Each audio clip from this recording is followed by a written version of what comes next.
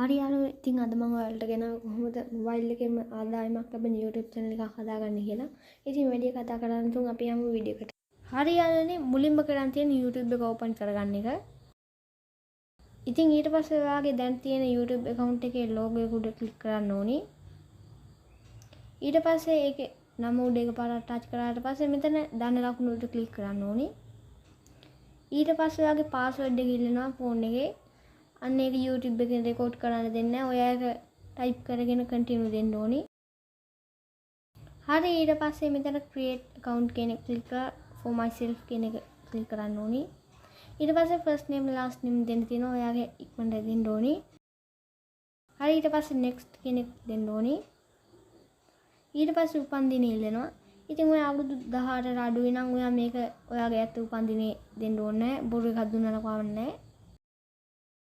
ඒකත් next කරන්න ඕනි. ඊට පස්සේ ඔයාගේ email account එකක් තියෙනවා. ඒකෙන් කැමති එකක් ක්ලික් කරගෙන next දෙන්න තියෙන්නේ.